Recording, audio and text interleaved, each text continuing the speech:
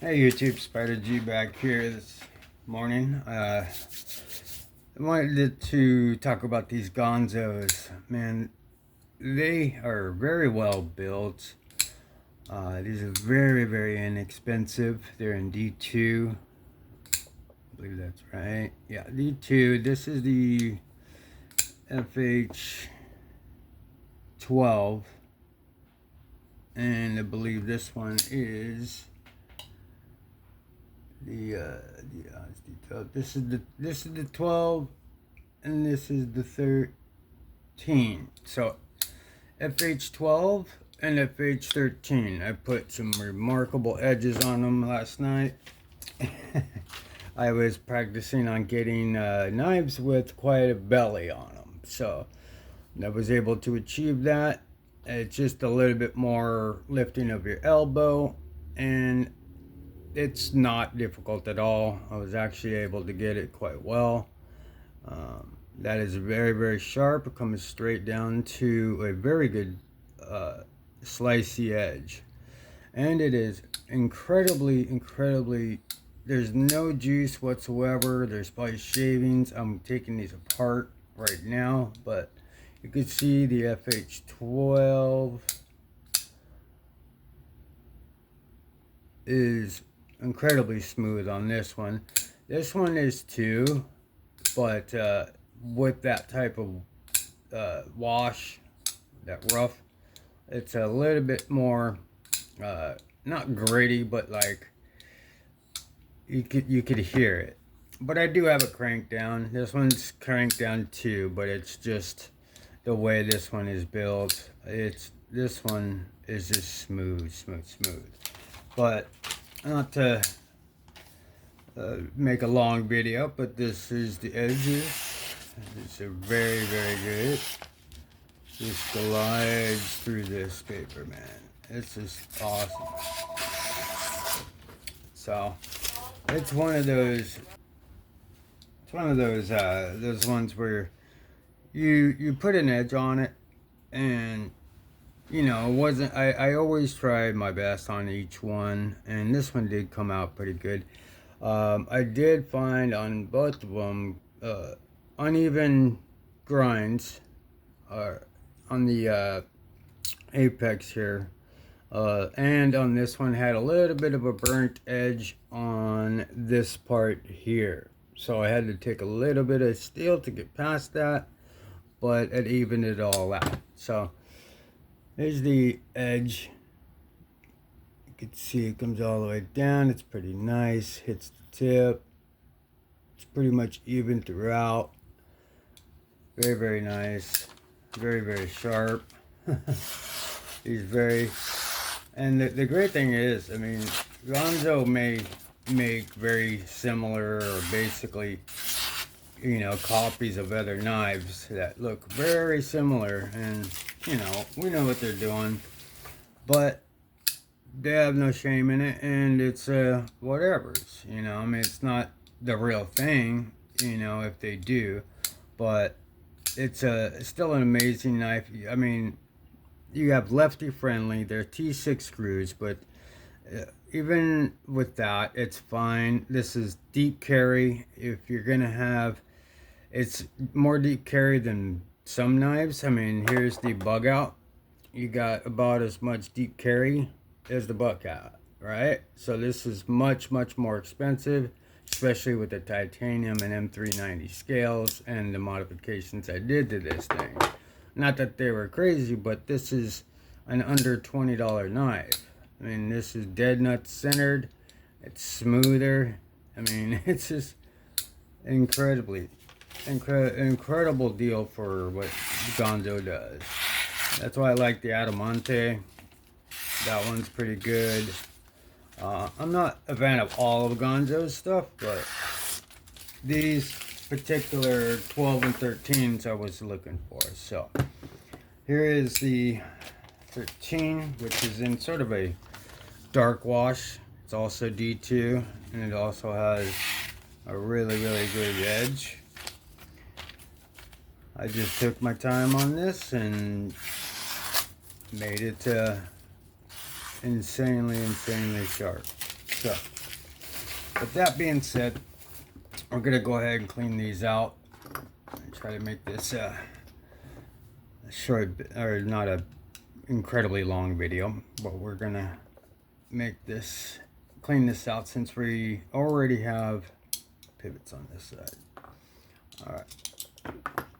So we don't want to ruin the action or anything, so we want to always take care of the tools after a good sharpening here. All right, let's take this screw out. So yeah, these are, they're very, very good knives. Let me just, I don't have to take the entire clip out. I just gotta take this one out to move. Can I get that? No, I have to take it. That's fine. Alright. Let's keep these clip screws together. This one and this one here. There we go. And now we can get to this one back here.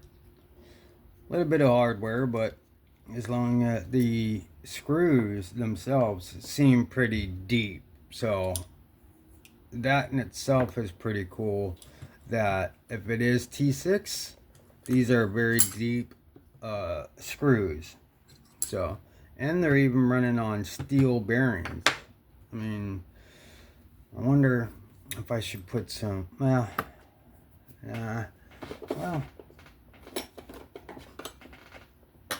do you guys think I should put some ceramics in there? Or, let me see. Not skiffs, of course, but these, out here, we don't really have a corrosion problem. So if these, you know, get wet or whatever, you know, it's not gonna completely, unless they're not stainless or something. But even then, there's not a lot of moisture. It's really dry. So the corrosion part of steels isn't a huge factor out in California, and a lot of West Coast states, you know, Arizona, you know, Utah, Nevada, all these. Maybe up north you're gonna get some moisture, but down south it's pretty dry. So, all right. So I'm just gonna leave the bearings in it as it is. Everything's clean. I put this back together, and we'll go ahead and lubricate the bearings though. Get those things, see how much more this thing is smooth. All right, and then the access, I'm gonna go ahead and take on the other bearing and get them nice. Maybe put a little more juice on it. And inside the cutout of the blade is you just go around any surface to surface. I kind of put it on there. Okay, so go ahead and place the blade into place.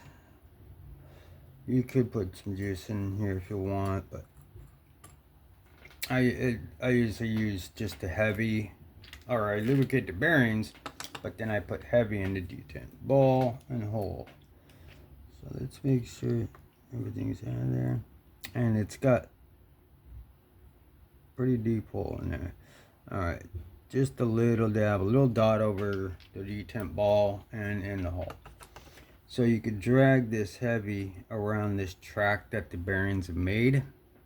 I'm going to take the stop pin and put it in on this side, just because it's all easier to put back together.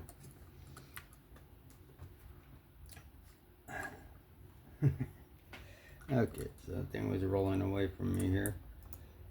Okay, so let's get back to, all right, so we're going to go ahead and place this right back where it was. We've got the lubrication on, we got everything cleaned out. I'm gonna go ahead, seat this all the way in. Go ahead and put the blade away. And let's put the pivot in to just keep it in place. I won't do that. I won't take apart the 13. I'll do that one off camera because they're pretty much the exact same knife. So you don't need to watch me take apart two of the same knives. It's just, this is just the, I think, the better of the two. But yeah, I didn't need a lot of this. There wasn't a lot of steel in there, but I still wanted to clean it out and put some alcohol in the bearings and lubricate everything up and just make everything good. Especially after I do a sharpening, I like to button everything up with a good cleaning. Alright, so we got all T6s. Let's go ahead and put our pocket clip in. Oh, actually, we gotta put this one in first. So this was over here. My screw. Okay, so these two. This one's gonna go in the back here. Alright, so I spin it back a little bit, make sure I'm not cross-threading. And I just make snug. Okay. So now that that's in, I can go ahead and put in the pocket clip. It's inset there in that little notch. Grab the pocket clip screws. And get that going. Let me just get it in, get it started. There we go. And just kind of barely make sure you're in there. Alright. Okay, so I just had somebody at the door real quick, and my dog likes to bark. So, but she's using her indoor voice, so she's being a good girl. Alright. So, I put the clip in, put all the body screws in. And everything looks good. Let's see how we're doing on action. And yeah, whoa. That was no side to side, nothing. And that thing is a guillotine. Man, let's go ahead and tighten this up a little bit. We're still dead nut centered. Yeah, I mean, that's, I can keep cranking it, but, and there's steel bearings, so I don't want to make a divot or a dimple or anything, so I'm kind of just micro turning it. Right there is okay, but I still feel like it's a little bit, I need to back it off a little bit. Alright, let me just back it off a little bit, because I really don't want to feel the bearings. Let's see how we're doing. Okay, so we're locked up like a bank vault. So this thing is just a guillotine. I mean, you don't want to crank it too hard. And then you just gotta be careful, yeah, so all what matters is, yeah, no up and down, no side to side, bank vault tight, dead nut centered, everything's clean and super sharp. This thing is amazing, but we're not done. We want to go ahead and clean off the lock face, complete what we're doing. Let's clean the lock face off with any lubrication. And then we could also, just down in here, just get the last touches. Any lubrication coming out, whatever. And then that thing is ready to go.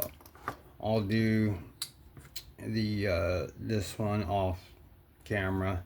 Basically, this was just to show the taking apart of the GANZO FH12 and the edge I put on this. Amazing. This glides through And the D2 felt good on the stone.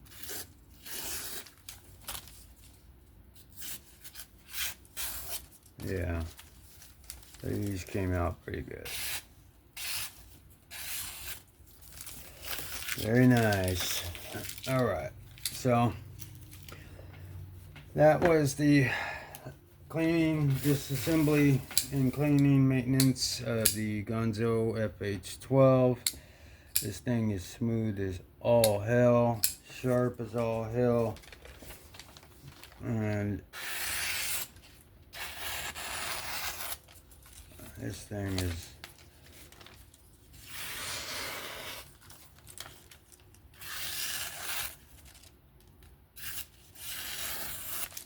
yeah. You know, when you start getting good and you start getting some insane results, it's just a very good feeling that all the hard work you put in is starting to pay off. Plus, you know, the products you're using also help. I've got all the Tomas and stuff, and Sharple and Ultra Sharp, and you know, just different ways to make my sharpening journey better and easier, and to be able to learn correctly and get good at this. But that'll do it for me. If you found this interesting, please give me a like, sub, comment. Be safe, have fun. I'll catch y'all in the next one. Peace out.